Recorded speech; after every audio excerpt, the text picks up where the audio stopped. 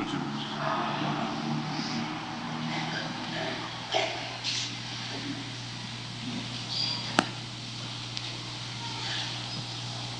Quando um dos cônjuges, casal, né? Um dos cônjuges, marido ou mulher, peca contra o outro, um acerto somente entre si é tudo? Ou tem que vir na igreja? Não tem que vir na igreja, não. Isso é tudo, é claro.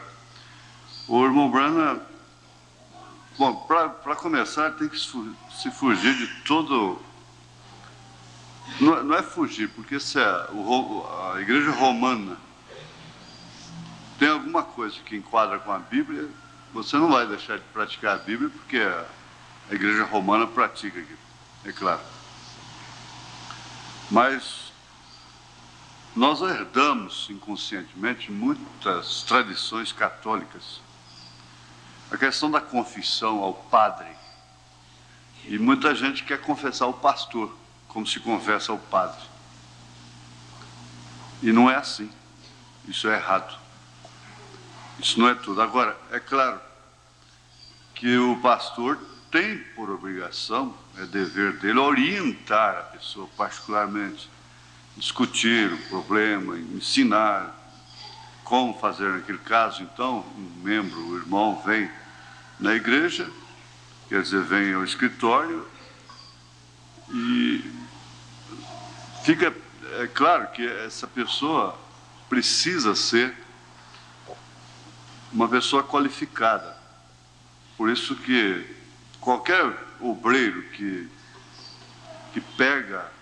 recebe uma confissão, qualquer pessoa que recebe uma confissão de outra e sai publicando aquilo, ela fica culpada daquilo.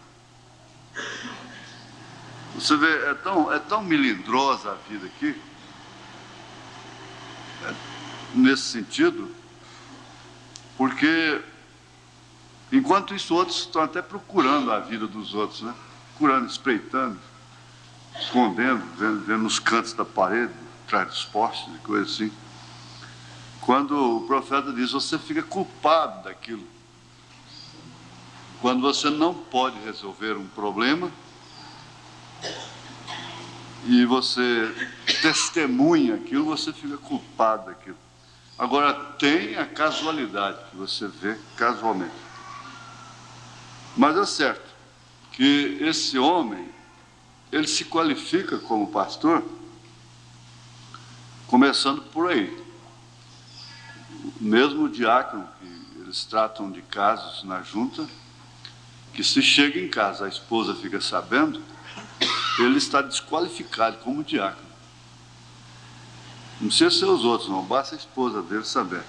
Se ele tem uma esposa curiosa, que instigando, investigando as coisas, então o melhor que faz é parar com o diaconato dele.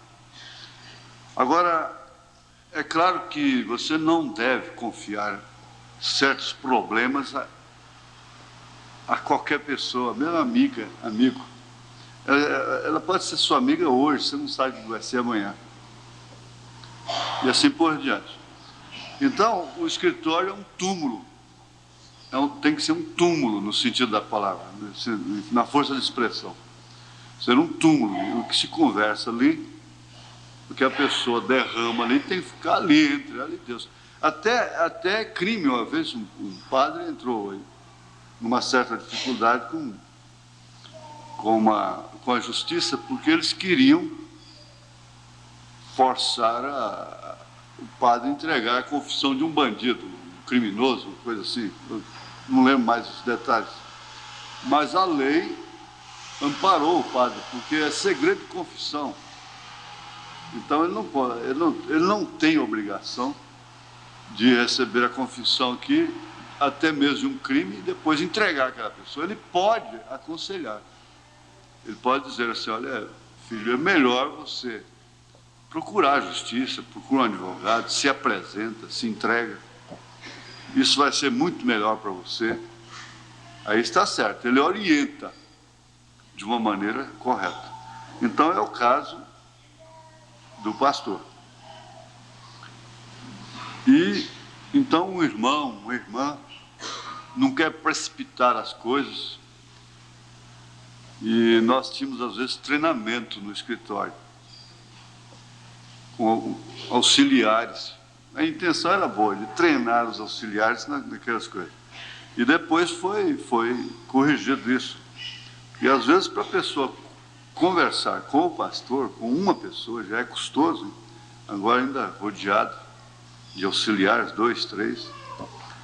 Então, às vezes você vem na igreja, vem ao escritório para ser orientado, o que se torna numa confissão, porque você vai contar o que aconteceu com você e o que você deve fazer da maneira bíblica, escriturística, na mensagem. Então você tem esse direito, não é? Mas até mesmo depois, se o casal quer vir, é espontâneo também. Mas, de todos os modos, o acerto é entre si. O irmão Branham disse para aquela mulher: você não pecou contra Deus, você pecou contra seu marido. Você deve falar com ele. E então, está certo. Quando um peca contra o outro, o acerto é entre si.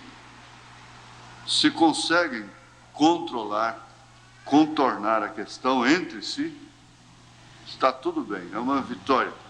E vocês, então, se ajoelham, põem aquilo debaixo do sangue, renovam os seus votos, e ele nunca cometeu aquilo, ela nunca cometeu aquilo, diz o irmão Branham. Ele nunca cometeu aquilo. Você não pode ficar depois lançando em rosto uma coisa que você põe debaixo do sangue de Jesus Cristo. Aí você pisa no sangue. Você fica enquadrado em Hebreus 10, Hebreus 6. Aí. Se você ora com a pessoa, com um irmão, com a irmã, te ofendeu, qualquer coisa, ou a quem você ofendeu, e aquilo é posto debaixo do sangue, então não se toca naquilo mais nunca. Mais nunca. Aquilo nunca existiu. O irmão Branham disse que aqui na memória se lembra, porque esse é humano. Aqui. Mas diante de Deus ela foi justificada, porque aqui ela pode ser perdoada. E diante de Deus ela é justificada. E justificada quer dizer como se nunca tivesse acontecido aquilo. Então é muito boa a pergunta, é muito oportuna.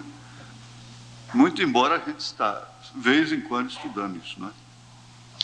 Agora, quando o caso te leva a afastar da comunhão, nós temos, então, um sistema que não é legalista, que não é liberalista. Eu creio que é um sistema justo, correto, que satisfaz a consciência da pessoa. Nós temos aí no dia da ceia uma oportunidade para aqueles que vão retornar à comunhão. Então, quando a pessoa está aqui na frente, ela está dizendo: eu pequei, eu errei, eu fiz qualquer coisa, mas já acertei, já venci. Então, ela não tem que ser envergonhada aqui na frente do povo, e aquela coisa toda. E nós oramos, a igreja ora, lembrando daquilo que o irmão Branham disse: se Deus tirar a mão de misericórdia de mim, eu entro por um caminho muito pior. De forma que essa oportunidade aqui, ela não pode ser também restrita somente ao dia da ceia. Porque uma pessoa pode ter um vexame de vir aqui na frente tratando de sua reconciliação e não sabe se Deus vai recolhê-la antes da ceia. E ela quer ter uma boa consciência de ter vindo diante da igreja e receber uma oração. Isso quer dizer, não pode ficar somente. Muito embora Deus vai julgá-la pelo propósito que ela tinha no coração. Ela está esperando a próxima ceia, mas se ela, às vezes, recebe um sinal de Deus que ela vai partir e quer, quem pode julgar, né? Isso tem que deixar essa observação. não é? Agora, esse sistema aqui é estabelecido para todos, porque na medida que nós medimos os outros, nós seremos medidos. Se nós envergonhamos as pessoas, descaramos as pessoas de público, então nós também devemos ser envergonhados. O diácono, o pastor, e qualquer irmão, qualquer irmã. Porque hoje você envergonha uma pessoa, desmascara ela, passa uma vergonha pública nela. Amanhã, quase certo que é você que está enfrentando aquilo. Isso no mundo todo isso acontece. Você vê hoje, às vezes, pastores mesmo, com aquela exigência, aquela crueldade com colegas, e amanhã eles estão aí precisando de misericórdia mais do que eles. Então, ao longo do tempo, dos anos, a gente vai vendo esses quadros, assistindo isso assim, frequentemente, de período em período, periodicamente, isso está acontecendo. Agora, pode ser feito só casamento no religioso? Não, aí não dá. Aí não é. Aliás, o irmão Branham, ele só fazia o casamento com a pessoa mostrando a ordem do juiz, que a ordem do juiz é a certidão de casamento na lei, não é para nós aqui. Então o juiz autorizava, quando se trata de casamento civil religioso, que nós não fazemos mais aqui, então vem a ordem do juiz para você casar, aquele casal, não é? Está certo. Mas nós não temos esse sistema aqui mais. Você se casa primeiro no cartório e no dia do casamento traz a certidão de casamento, ela é posta aqui na frente. Nós vamos ficar de pé, vamos ler a Bíblia.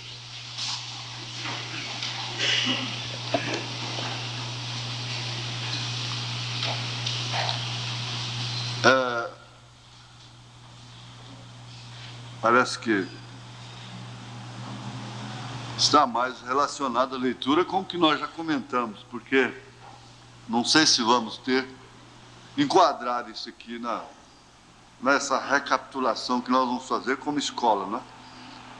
Na mensagem influência. É 1 João, capítulo 1, verso 9. Se confessarmos os nossos pecados, Ele é fiel e justo para nos perdoar os pecados e nos purificar de toda injustiça. Eu escolhi o texto baseado nessa resposta, nessa pergunta, não é?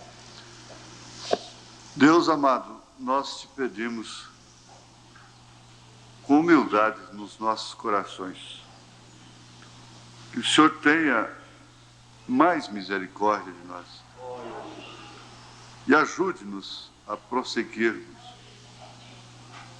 de uma maneira simples, humilde e correta diante dos teus olhos. Nós precisamos muito do Senhor. Nós não estamos aqui para julgar, porque nem mesmo Jesus veio aqui para julgar. E o profeta disse que ele não podia julgar. Nós estamos aqui numa dimensão que está limitada exclusivamente ao pecado. Tanto que ela é criada para que o Senhor mostre, demonstrasse, expressasse os atributos, começando pelo atributo de Salvador. Nós te suplicamos, o Senhor nos ajudar que nunca abandonemos a fé. Porque enquanto não abandonarmos a fé, há esperança para nós. Em nome de Jesus Cristo. Amém. Assentai-vos. Pois bem, então, está bem esse termo aí, se confessarmos os nossos pecados, devemos saber a quem nós devemos confissão, não é? Na mensagem influência, que é, sem dúvida alguma, uma escola de crianças, mas nós somos crianças, né? Eu quero lembrar um pouquinho, eu já estou com um termo já viciando lá, muito embora, Deus, ele, né? Ele, né? E a gente vai ficando assim, né? E vai causando influência sobre os outros também, né? Ainda que nós já tenhamos estudado isso aqui, né?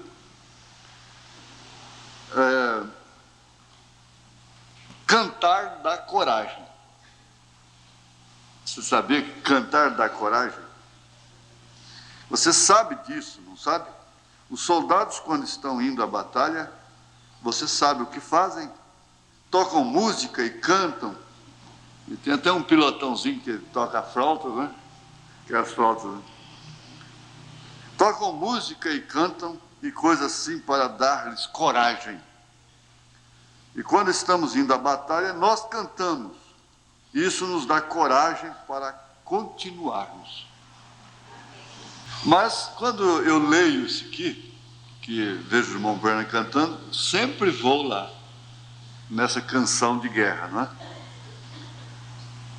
Você sabe que cantar evita infarto cardíaco. É interessante.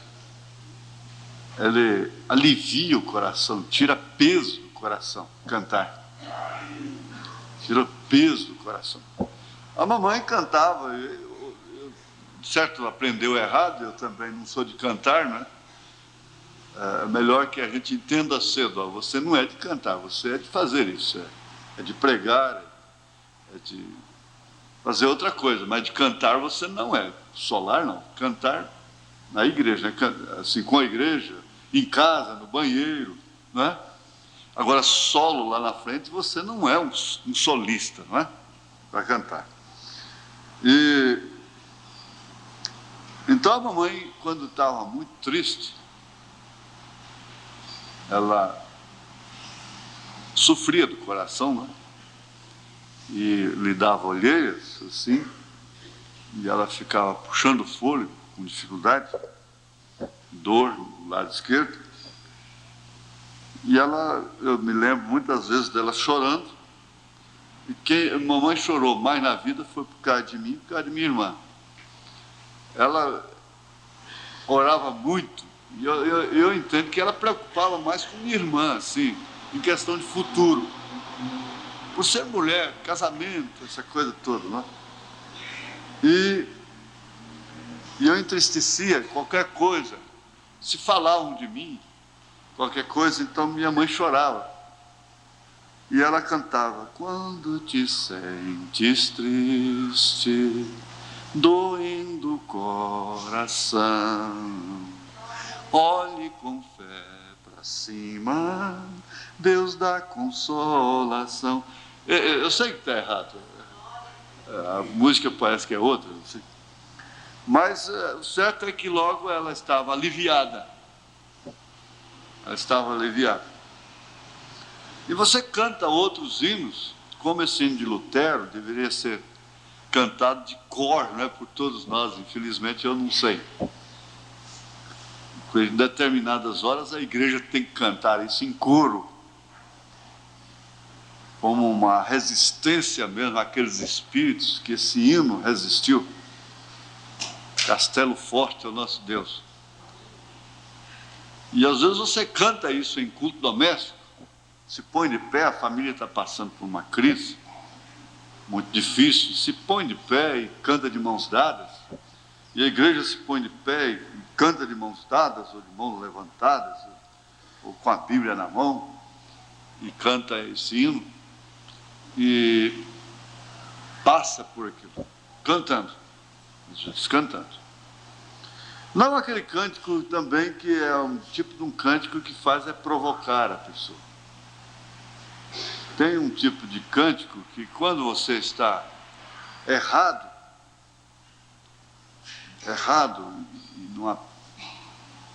pirraçando a mãe, o pai, a irmã, o irmão dentro de casa, e que o outro fala, você começa a cantar. Eu amo, quer dizer, né? Aí então você sabe o que vai acontecer. Mas o irmão Branham, com a pequena mulher do presunto, disse que ela catou tudo, humildemente, e começou a cantar lá na cozinha, não de pirraça, né? Aquela vozinha meiga, suave. Carregaria Jesus sua cruz sozinho? Porventura não carregaria eu também a minha? Aquilo foi suficiente para ganhar não só o marido, mas o marido das outras também, né? Salvou as almas delas. De forma que esse é uma boa coisa. Aí nós vamos começar com outra liçãozinha, diversificando o assunto. Aqui no parágrafo 8, ele comenta sobre o dízimo. Mas me lembro de uma pequena história que eu quero que vocês saibam. Um dia havia uma mulher viúva, ela tinha um bando de crianças. Isso é a inferência bíblica, não é? É a inferência profética. Ele era um profeta. O papai daquelas pequenas crianças morreu. E ela só tinha 2 pênis. E ela veio pela rua uma vez e era dinheiro de dízimo, apenas pênis. Como vocês todos economizaram, e ela o lançou na casa do tesouro de Deus. Jesus estava lá em pé, observando-a. E eu tenho procurado saber o que teria feito se eu estivesse lá em pé. Eu provavelmente teria corrido e dito: não, irmã, não faça isso. Nós não necessitamos desse dinheiro seu. Você precisa dele para seus filhos. Não desprezando, não é? Mas considerando que ela precisava daquele dinheiro. Ela era uma viúva. Está vendo? Agora, eu não a teria deixado fazer isso. O irmão Branham, certa feita, ele quis devolver o dízimo de uma viúva. E Deus falou com ele: não tire a bênção da minha serva. Mas Jesus a deixou fazer isso. Está vendo? Ele deixou que ela fizesse. Por quê? Ele sabe que é mais bem-aventurado dar que receber. Ele sabia o que ele faria por ela. Está vendo? Ele sabia. E ele chegou ao ponto de desafiar. Ele disse: eu duvido, eu desafio qualquer pessoa a entregar os seus dízimos e veja se Deus não a abençoa. Até mesmo independente de sua salvação, não é? Independentemente de sua salvação. E como nós temos comentado, uma das causas principais do progresso dos Estados Unidos é que eles foram criados assim, eles foram colonizados, dando ofertas e dízimos. E dizem que Ford, esse da Ford, virou uma multinacional famosa.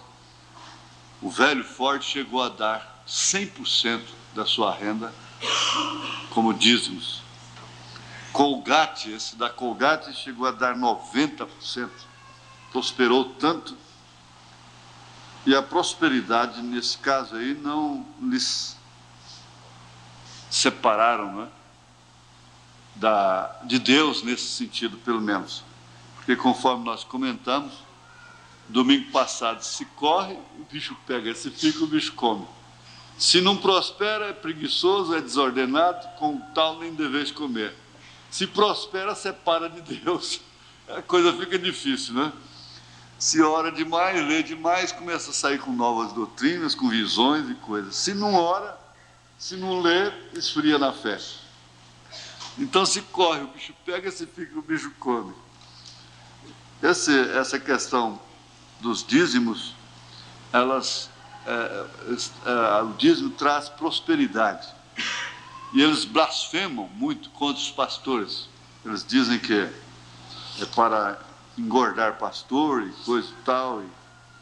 dá carro para pastor, e casa para pastor, e para mulher de pastor, e para filho de pastor. Então eles blasfemam muito sobre isso, não é? Mas eles esquecem do que dão para o diabo, do que dão para Satanás. Eu disse agora, cada brasileiro tem uma casa. Nós não podemos falar isso no espírito de murmuração, nós não podemos nem atacar a Igreja Católica, o Papa, com um espírito de murmuração, porque pelo que ela tem, pela fortuna dela, você não pode entrar no mesmo espírito dos murmuradores. Então, mas vem aquela ira, e a televisão ensina muito disso. Elas quebram os espelhos, as penteadeiras, os lustres, os vidros de perfumes, pegam, jogam lá e vão na cozinha e vira a panela, o fogão de perna pro ar, esbagaça tudo. Tem espíritos que pegam pais de família, que quebra guarda-roupa, faz um monte lá, depois põe fogo, né? Que ele comprou com tanta dificuldade. Dá um espírito de quebra-quebra, pisa nos óculos, sapateia em cima. Mas é isso aí. Isso não leva ninguém a lugar nenhum. Depois, então, dá os dízimos para o diabo, para o fumo, para o álcool, para os remédios, para os espíritos de enfermidades. E eu sei que, na verdade, há muitas, só durante os anos, eu ouço isso. Saudade do tempo que meu marido andava de bicicleta, que nós não tínhamos nada, tínhamos apenas um barraquinho. E ajudou, e lutamos. Depois que ele pegou carro, e telefone e tudo, agora ele já não tem outro, ele tem outras. E foi a prosperidade que fez isso. Agora, ninguém deve ter medo disso. Você economiza o que puder, trabalhe dentro dos limites normais, não vai virar japonês também não. O japonês está como se saber parar de trabalhar, não é? E ganhe o que puder, economize o que puder, dá o que puder, mas tenha sempre cuidado para a arrogância não tomar conta de você, a petulância, o orgulho. O pecado é aquilo que te afasta da fé dos apóstolos e dos profetas.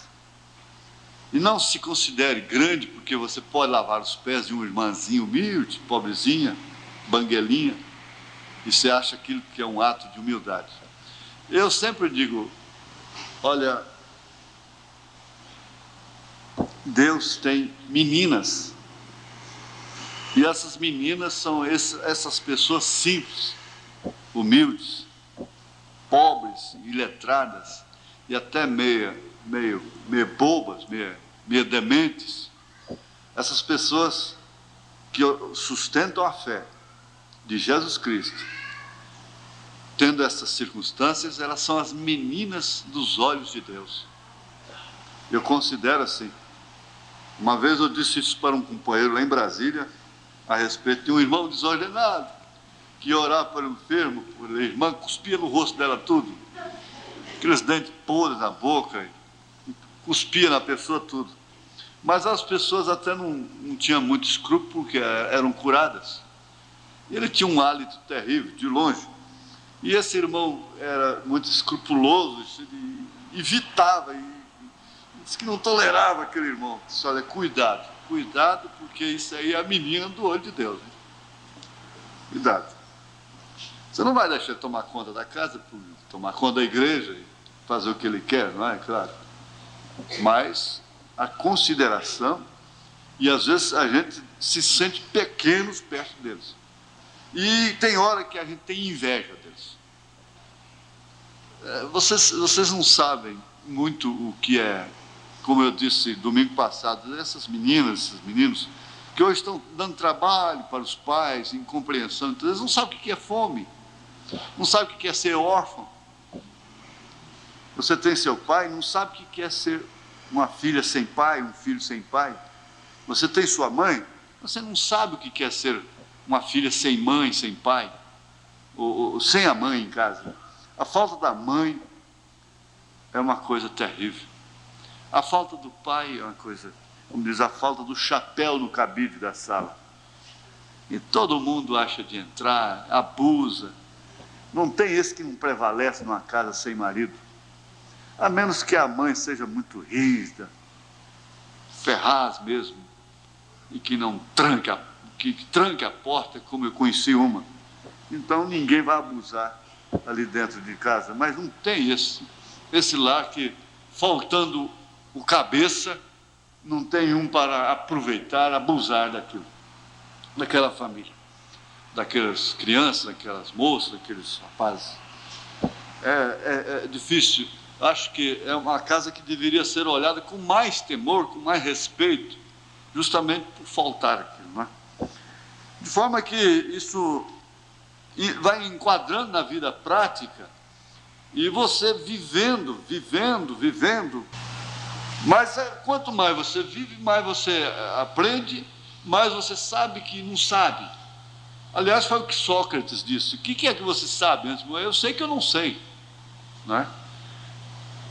Mas aí nós vamos trazer para o parágrafo 10, que ele diz: bom, Jesus ama as criancinhas, ele ama.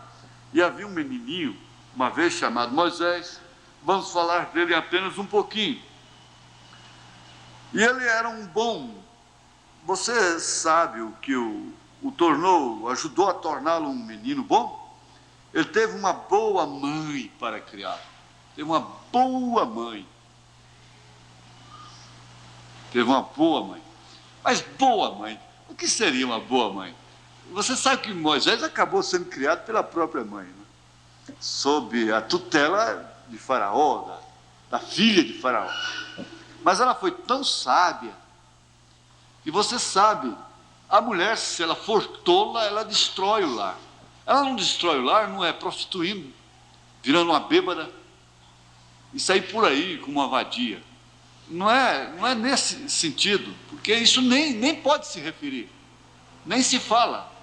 Ela destrói o lar por falta de sabedoria do alto, não é porque ela não formou, não é doutora, não estudou sociologia, não é isso. Não se formou em pedagogia, não é isso também.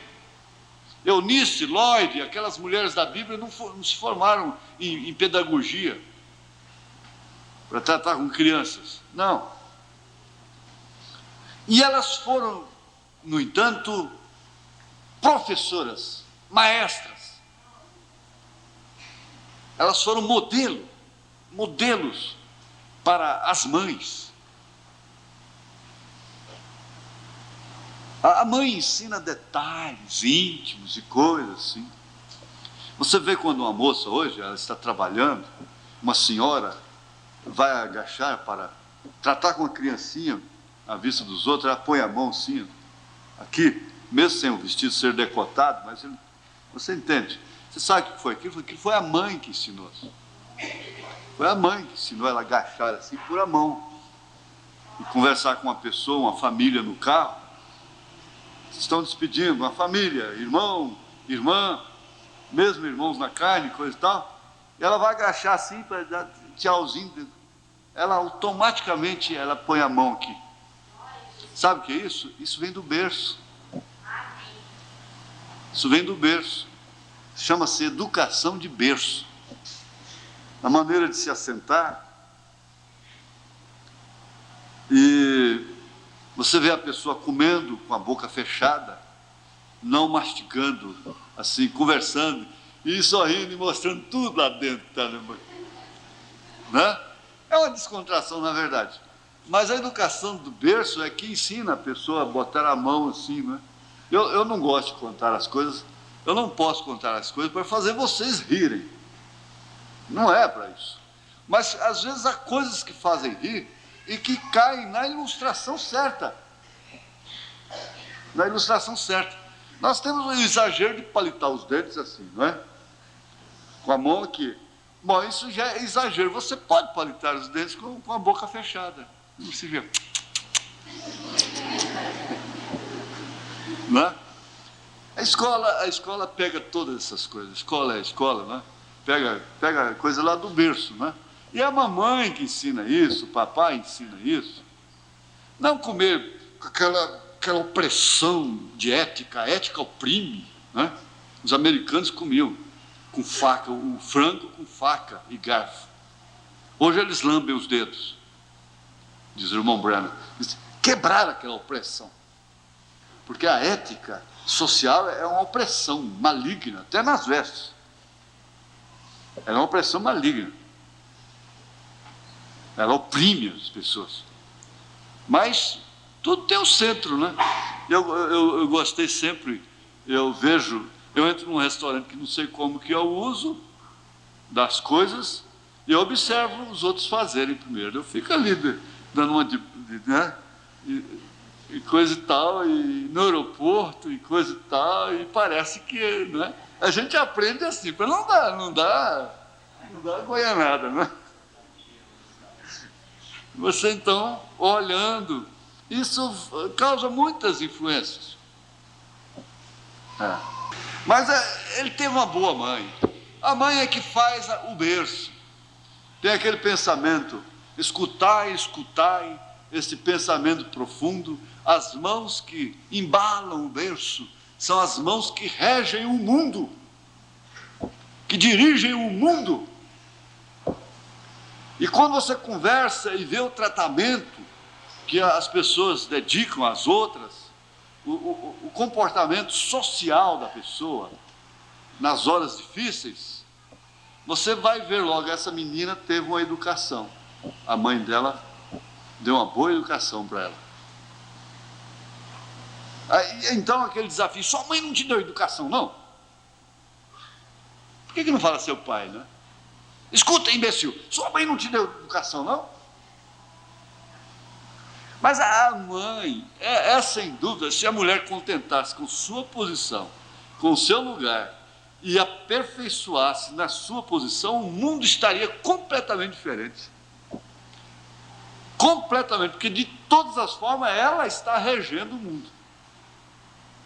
É a mulher que rege. Salomão não disse a mulher, o homem sábio edifica a casa. Quem edifica a casa é a mulher sábia. E como já disse, a mulher que tem sabedoria do alto, buscada aqui nesse conselho de Tiago, capítulo 1. Meus irmãos, tende grande gozo quando cairdes em várias tentações, sabendo que a prova da vossa fé obra a paciência. Tenha, porém, a paciência a sua obra perfeita, para que sejais perfeitos e completos, sem faltar em coisa alguma. Se algum de vós tem falta de sabedoria, peça a Deus, que a todos dá liberalmente. Eu não disse, vai para a escola, isso é outra coisa, ele está falando de outra sabedoria. Peça a Deus, que a todos dá liberalmente, e o não lança em rosto, e ser-lhe-á dada. Peça, porém, com fé, não duvidando, porque o que duvida é semelhante à onda do mar, que é levada pelo vento e lançada de uma para outra parte. E não pense o homem, ou tal pessoa, ou tal mulher, que receberá do Senhor alguma coisa. É pela sabedoria do alto. Senhor, Salomão pediu sabedoria. Me dá sabedoria para entrar e sair, para me sair dessa situação. Ele é esperto. Está certo, ele tem a esperteza dada por Deus para sair de uma encruzilhada, de um aperto, para ele dar uma jacosada até, não é? Foi Deus que lhe deu essa sabedoria. E se Deus dá uma chance, você às vezes diz assim, olha, se você conseguir se escapar, eu não te mato. E quantas vezes, às vezes até um frango, uma galinha, uma franga escapava. Ela não morria daquela vez, porque ela conseguiu escapar da mão da gente já. Aí a outra de bobeira ficou lá, aquela saiu. Escapou-se, né? Então, Deus até respeita. Você vai ter seu vale de Jaboque, lá na frente ele te espera, ele trata com você, tudo bem. Mas nós devemos até tinha aquelas brancas, aquelas senhoras brancas. É claro, senhoras naquele tempo só eram brancas, né? E aqueles senhores, e filhos de senhores, filhos que não eram a favor da escravidão. Ali facilitavam até, e eles ficavam calados, pelo menos, quando um escravo tratava de escapulir. Se eles não podiam ajudar, pelo menos eles ficavam caladinhos. Se eles não podiam fazer nada para ajudar, eles ficavam calados. E aquilo, diante de Deus, soava como uma sabedoria do alto. Essa sabedoria, eu tenho visto mães que, por falta de sabedoria, destruíram seus lares. Na hora que houve aquele choque, a mulher, por falta de sabedoria, acabou de empurrar o marido. Quebrou, não tem mais ambiente para ele dentro de casa. Acabou de empurrá-lo para fora. Ela acaba de empurrar. E ele vira aquele nenenzão. Aquele nenenzão emburrado, bruto. Quando ele está precisando é de porrete, não é? Ele está precisando é de um câncer para tratar dele na cama. Ele está precisando é de quê? Como aquele cavalo, né, que não quis o jockey manso, então botou um jockey matador em cima dele, aí depois, com o tempo, ele ficou mansinho, né? Porque era espora e porrete. Então, o homem, quando ele está errado, ele fica violento, bravo, ignorante, e não aceita nada. Mas a sabedoria contorna as coisas, deixa o tempo passar. Eu sempre tenho que lembrar de minha avó. Às vezes eu encontro pessoas que eu digo, você parece com minha avó. Eu tenho encontrado pessoas que eu tenho dito, mas parece com minha avó. Até não entender certas coisas que a gente fala, e eu pareço com meu avô, que eu fico nervoso quando eu tenho que falar de uma coisa duas vezes. Não é? E então ela teve tanta sabedoria, como já vos contei, que no fim de tudo, tratando de 8 filhos, com água, sal e farinha, às vezes, o homem jogando e com outras mulheres, filho de outra na cidade pequenininha, aquela coisa toda. E, por fim, um dia eu vi aquele velho assentado comigo na cama, já salvo, e lágrimas corriam pelas suas barbas brancas. Lágrimas copiosas, ele não soluçava, aquele choro que a pessoa não grita, não soluça, que conversa calmamente com as lágrimas não pingando, correndo. Porque tem umas que pingam e outras correm. Aquilo pingava assim. E trêmulo, ficamos sem sua avó. Mas o que aconteceu é que a avó ainda levantou e sepultou o velho, o marido. E dentro de seu bom espírito que é, porque a pessoa tem um bom espírito, a pessoa, o cristão, tem um bom espírito. E aquele bom espírito criava uma atmosfera tão grande de segurança para a filha que era viúva, as filhas que eram viúvas, que a irmã da irmã Anita também foi viúva, uma viúva corajosa, trabalhadeira, não é? E aquela atmosfera de segurança, de apoio moral que a mãe dá para a filha. Apoio, exemplo, modelo, aguentando aquilo, suportando aquilo. E a filha chega, às vezes hoje a filha moderna, e chega e diz, mãe, a senhora não tem que suportar isso, meu pai. Filha, você não sabe o que você está falando. Amanhã você vai ter sua casa, seu lar, seus filhos, e você vai entender. Por outro lado, você sabe, Deus jogou isso sobre ela. É a maior missão que existe na terra, é ser mãe. É a mais importante que existe. E o profeta disse, ele teve uma boa mãe para criar. Isso enche o coração, isso enche a alma. enche o espírito, porque sua mãe está sempre com você. Ela morre, vai embora, e você está sempre vendo o dedinho dela. Meu filho, minha filha, eu não te falei, eu não te ensinei. Não é assim. Uma toalha que cai no banheiro, você pensa em deixar lá, lembra da mãe, depois de velho. Depois de velho, lembra da mãe. A mãe, o sabonete caiu. Vou deixar isso aí, depois, quem vem depois pega. Mas lembra da mãe depois de velho. O que uma mãe dá, ladrão não rouba. Ninguém toma.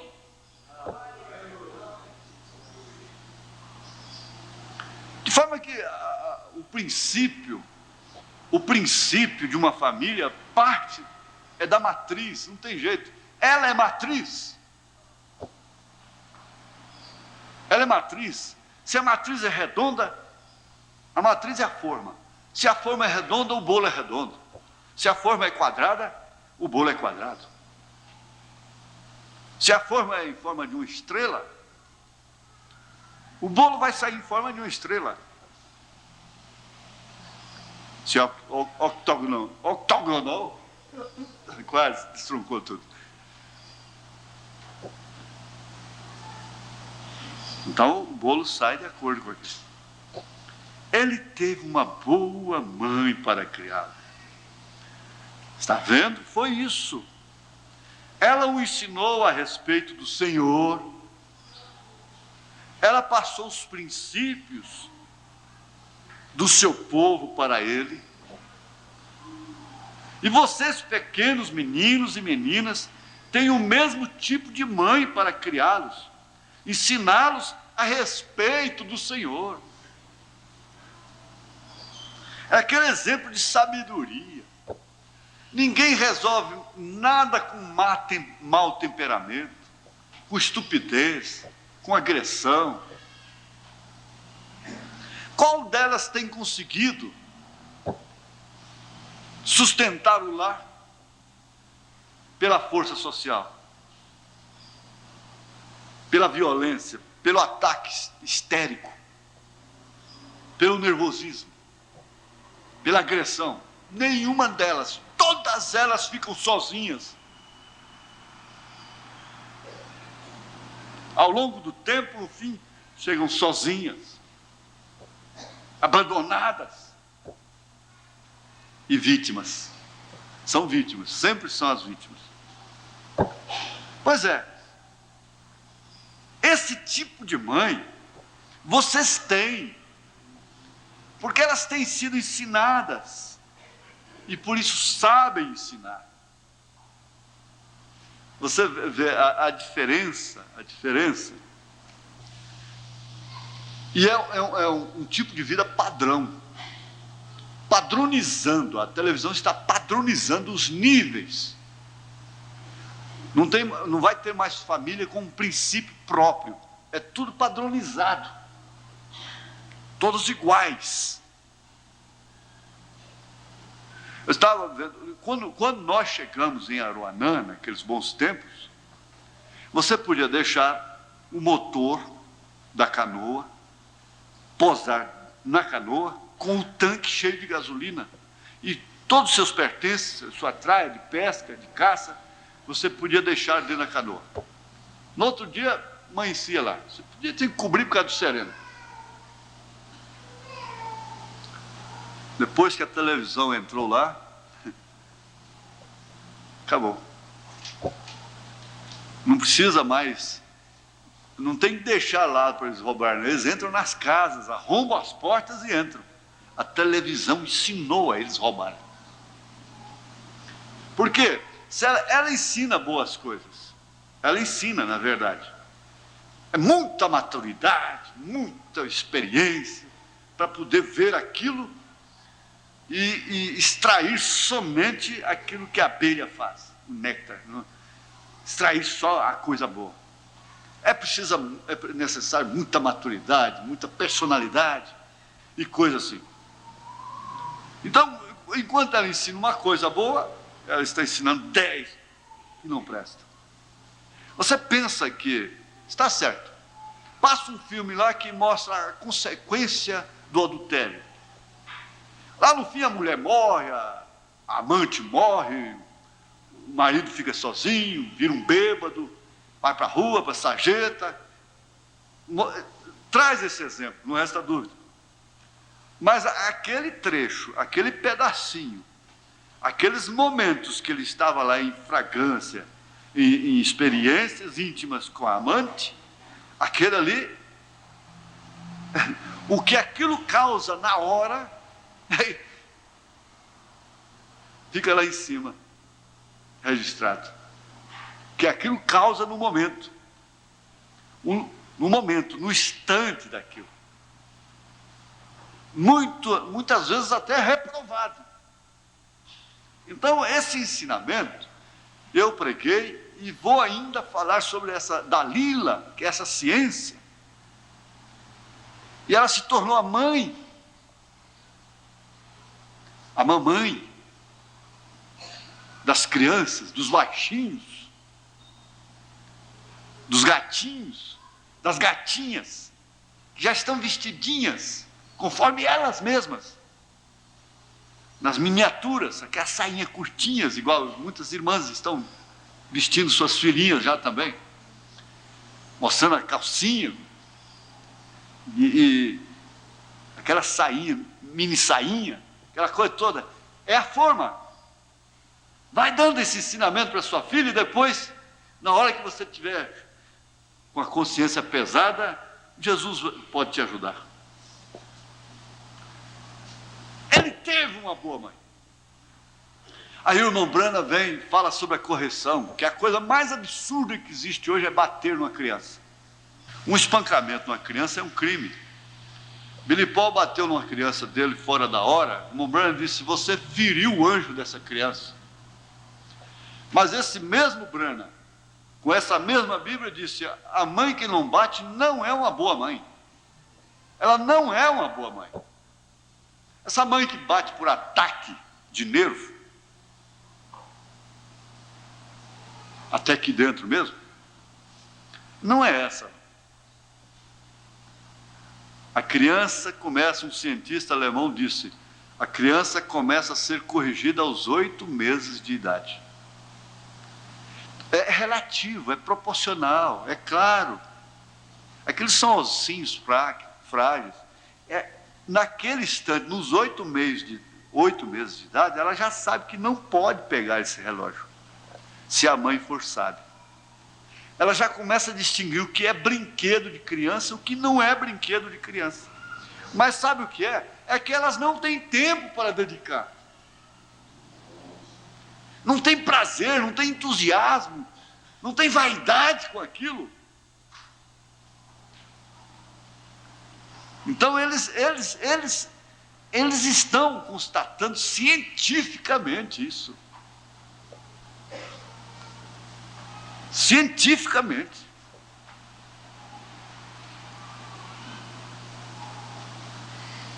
Porque tudo que a mãe, a maneira que a mãe comporta na hora da injustiça que ela está sofrendo, ela está transmitindo aquilo para suas filhas, para os seus filhos. E normalmente eles ficam mais agarrados às mães. Normalmente eles ficam mais afetuosos com as mães, mais amorosos, ficam ao lado delas. Quando eles crescem, ficam adultos que podem entender as coisas, porque desde criança já distingue. O subconsciente de uma criança é tão lúcido quanto a de uma pessoa adulta. Pelo contrário, ele é mais aguçado. Certos comportamentos conjugais com a criancinha lá no berço, dormindo, afeta a criança. São leis. A discussão perante uma criança que nasceu ontem afeta o seu sistema psíquico. Os atritos, a falta de educação, a agressão. Por que uma mulher se sente no direito de agredir um homem com palavras? Por que que um homem se sente no direito de agredir uma mulher com palavras descaridosas?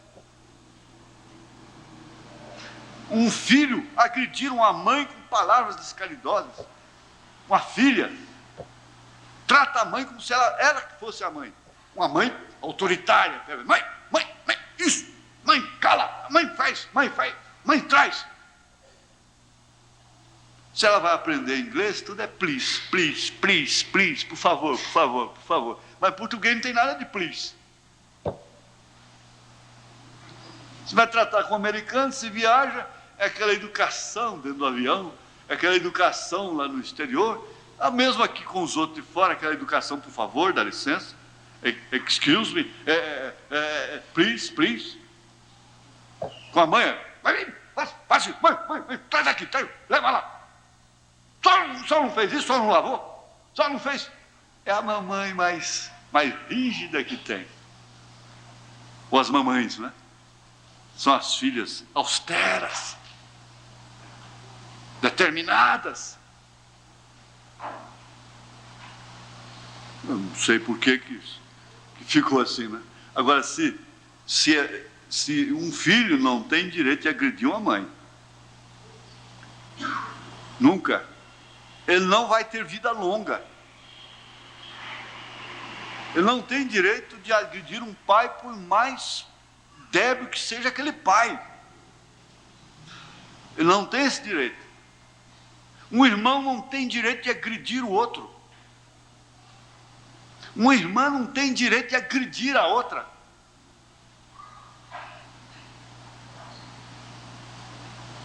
E se pelo menos, como diz o irmão Branham, nós somos, parece que 8? Eram 8? 8 ou 6? Não sei. 8 Branhams. E nós rolamos no chão, e quando nós levantamos, somos os mesmos Branhams. Eu já contei isso aqui, tenho 2 irmãos da Anitta, onde tem muita gente, muitos irmãos, acontece de um ficar de mal com o outro muito tempo. E eles ficavam de mal 2 anos. E não comia na mesa junto e nada. Um dia eu lembro disso como se fosse hoje. Sei até o nome da pessoa. Pegou um na esquina lá, o outro que era de mal. O cara, o estranho que pegou era bem mais forte, né? Ia bater. Aí esse primo meu, que era de mal com seu irmão, que ia apanhar do outro, entrou e os dois deram um corno no camarada. Entrou e brigou por ele e mostrou que era irmão dele. Depois xingou um ou outro, virou as costas, um saiu para o lado, outro para o outro.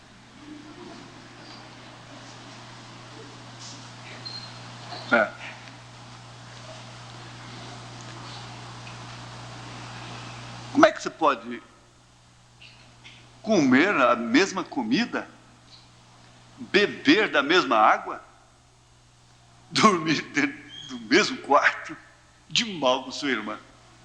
Deve ser uma atmosfera terrível, né?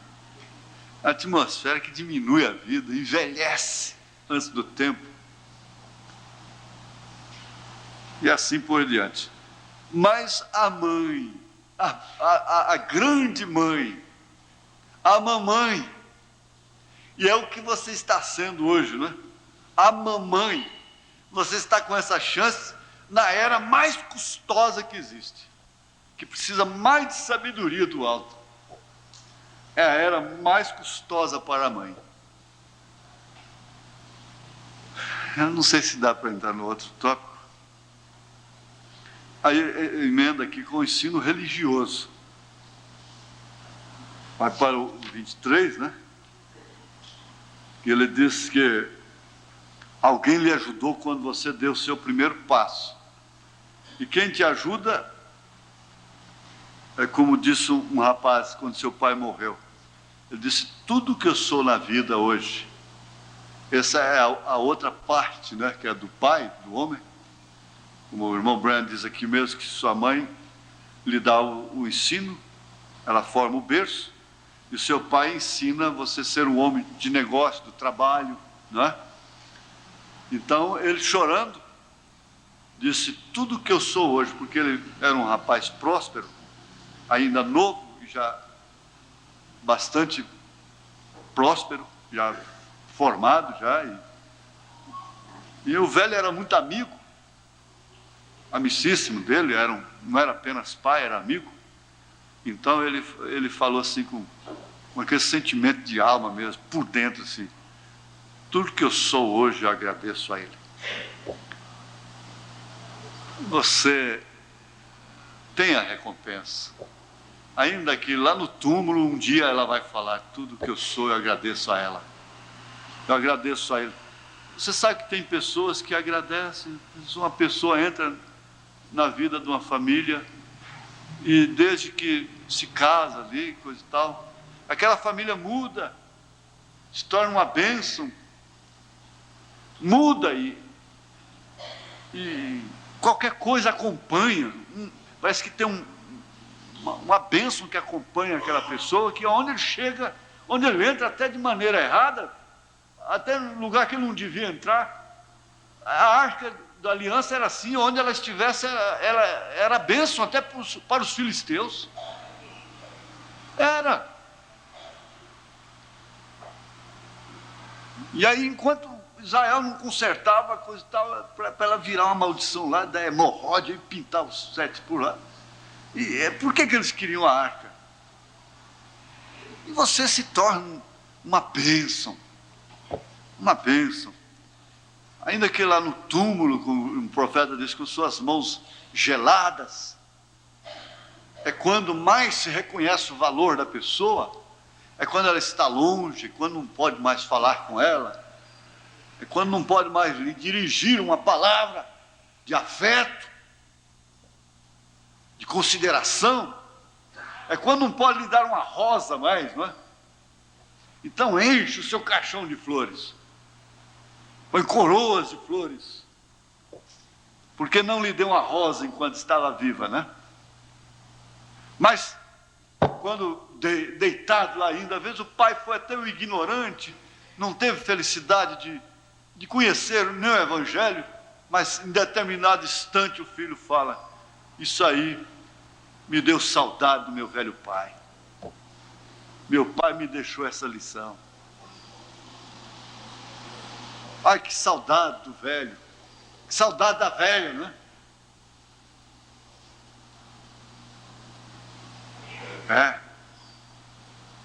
Ele ajudou você a dar o seu primeiro passo. Alguém sempre te ajuda a dar o seu primeiro passo. E você terá que ser ajudado também no seu último passo. Eu vi uma coisa escrita que eu achei interessante. Ela é póstuma, né? Quando eu nasci, eu chorei. Enquanto eu chorava, todos riam. Agora, quando eu morri, todos choram e eu sorri. Parece que até é de crente, não é? É um cemitério. Eu vim numa vidraçaria, naturalmente, para levar para o cemitério. Tá? A fotografia dela. Eu achei que tão bonito, achei que interessante. Será que é de um crente que tinha certeza da salvação? Quando eu nasci, só eu chorei, todos sorriam, porque chegou uma criança, claro, todo chegou, né? E as titias, né? A vovó, todo mundo sorriu, né? Foi bem, feliz o parto, nasceu perfeito, tudo bem. Agora que eu estou morto, né? Todos choram e eu sorrio. E eu estou sorrindo. Gostei muito daquilo. Me deu até vontade de copiar, viu?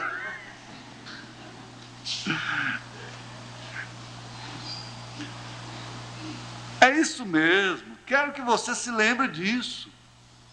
O seu primeiro passo é sempre acompanhado por alguém. É sempre acompanhado.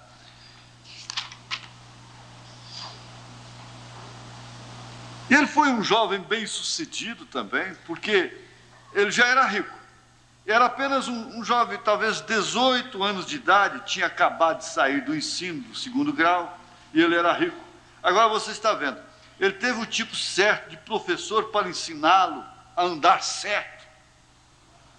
Ele teve o tipo certo de professor.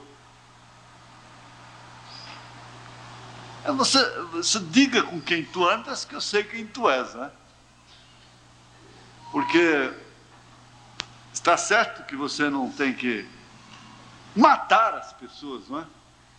Mas há pessoas com as quais você não pode andar. Você não pode ter relacionamento pessoal, particular, íntimo, assim, conviver com elas, né? Tem, mas você não tem que ser propriamente inimigas delas. E elas também não têm que ser suas professoras. Vira e mexe, quem é a professora do mundo hoje? É a ciência. Do bem e do mal. E esse rapaz teve um tipo certo de professor. Quem foi seu professor? Seu próprio pai. Até mesmo que, todavia, um jovem, e ele era rico em dinheiro, ele tinha ganho muito dinheiro, ele deve ter sido um verdadeiro, ele era um governante, mesmo naquela idade, muito bem sucedido. Ora, gente, qual é o pai que não quer ver um filho bem sucedido, próspero, né? A gente vê um filho, uma filha, numa posição que honra você. Honrando os pais, que é o primeiro mandamento com promessa. Você alonga a sua vida. Da longevidade, quer dizer, vida longa. Vive-se muitos anos quem honra o pai e a mãe. E ele, seu próprio pai, ora, se algum dia o seu filho ou sua filha se transtornar e endereçar por um caminho errado, você terá uma consciência boa. Pedro fala da consciência boa, e de fato não existe um tribunal aqui na Terra maior do que a consciência, dentro dos nossos sentidos, da forma natural falando. Não existe. Porque a consciência te mostra, te leva lá atrás. E você vem vindo com aquela criança, nos seus cultos domésticos. Você sabe o amor que você teve por aquela criança. O desejo que você teve dele ser um homem, dela ser uma dama. E tudo que você fez, você foi até exagerado no cuidado. Foi extremamente zelosa. E você sonhava de um dia vê-lo assim, próspero em algum sentido. Quem sabe, muitos pensam ser um médico, ser um advogado. Outros sonham, meu filho será um pastor. Ninguém pode fazer filho pastor, ninguém pode fazer filho pela oração ser um pastor. Um pastor nasce pastor. Mas você vê aquele homem, ainda que ele não fosse um grande homem, um político, que um cristão revelado hoje até não desejaria grandes coisas para um filho, não é? Mas se aquele homem idôneo, que tivesse a sua infância normal, suas falhas e tudo, mas que no fim você pudesse vê-lo também arcando com as suas responsabilidades. Ora, lá no Oriente, existe o sistema da adoção. Hoje, nós entendemos que a adoção é assim, você criar um filho que não é seu, mas não é assim propriamente. No termo bíblico, não. O próprio Senhor Jesus Cristo recebeu a adoção do Pai, lá no Monte da Transfiguração. Isso porque ele cuidou dos negócios do Pai. Quando os seus pais terrenos, José e Maria, mandaram um recado para ele lá no templo, ele disse, olha, me importa tratar dos negócios de meu pai. Aos 12 anos de idade, ele estava preocupado com os negócios de seu pai. E por isso ele recebeu a adoção.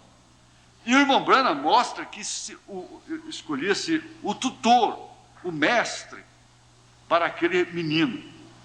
Então ele vinha e dizia, olha, ele interessa pelos seus negócios. Ele é responsável. Ele é, de fato, uma pessoa jovem, não é? Mas, desde então, o pai o vestia de branco e fazia uma adoção pública. E aí, então, aquele filho podia assinar pelo pai, daquela hora em diante, daquele momento em diante. Que ele mostrava interesse. Mas os pais são advertidos nesse sentido, que eles cuidavam. Quem pode escolher a professora de uma criança hoje? Que professora que temos? Quem pode escolher o professor de uma criança hoje? Que professor que nós temos? Então você forma um antídoto. Você tem um berço. Se eu fosse a presidência da República, a educação da criança até a sua parte primária é completamente dos pais. Aí então eu ia botar a cadeia, a televisão em cadeia, todos os dias. Tinha uma escola de primário em casa, na televisão. O profeta disse, ela poderia ser uma bênção. Então ia ter uma escola primária em casa. Primária, em casa. A própria mãe acompanhando. O governo dava os livros, os cadernos e dava tudo. E a própria mãe acompanhando as aulas. E quando aquele menino fosse para o próximo passo, o segundo grau, ele não tinha que prestar exame, não. E ninguém teria que prestar exame, não. O curso seria exatamente isso. Um aproveitamento individual, pessoal de cada um. São 8 anos de escola. Ele tem 8 anos de escola, ele aprendeu tanto. O outro aprendeu, um 60%, outro 70%, outro 80%, outro 100%. Mas todos eles aprenderam, não há analfabeto. Não haveria analfabeto. Todos eles aprenderam. Agora, é claro, para ir para um curso superior, aí ele ia mostrar o que ele aprendeu, né? É claro. Mas o mestre estaria dentro de casa, dentro da própria casa. Mas isso pode ser, gente. Pode ser, eu falo com experiência própria. Aquele escritozinho, aquele caderno que eu tenho, tipo de um diáriozinho, uma biografia minha, diz que quando ele foi para a escola, ele já não foi como leigo, como analfabeto, porque a sua mãe e sua avó já haviam ensinado ele em casa, ele já sabia ler a Bíblia. Pelo menos o pré deveria ser a mãe. Pelo menos o pré. Mas tem que ela tem muito o que fazer lá fora. Então já tem que ir para o pré logo, de chupetinha na boca. Não é certo? Já maculando. Ninguém pode consertar o mundo, não adianta. Ele deve ter sido um verdadeiro. Ele era um governante, mesmo naquela idade, muito bem sucedido, está vendo? E agora ele teve um professor que eu tinha ensinado. Ensinou-lhe o certo, como deveria fazer. Ele teve a instrução dele. E então outro professor, este jovem teve, que depende de como você é criado. Como você é criado. Mas este jovem teve um ensino religioso em sua casa.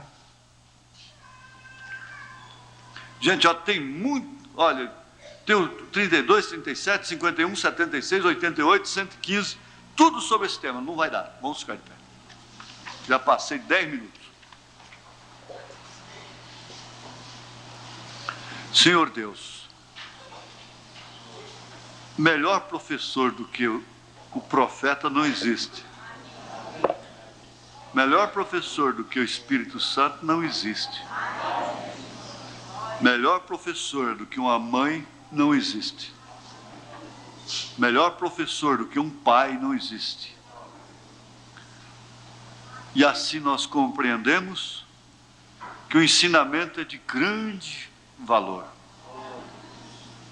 O ensinamento é comparado com uma chuva, que sem ela haverá fome, morte, seca. O ensinamento é chuva, dá frutos, dá sementes para a próxima safra. E é isso que está acontecendo aqui. É isso que está acontecendo aqui, Senhor. Com essas crianças, com essas mães, com esses pais. Nós te pedimos perdão dos nossos pecados.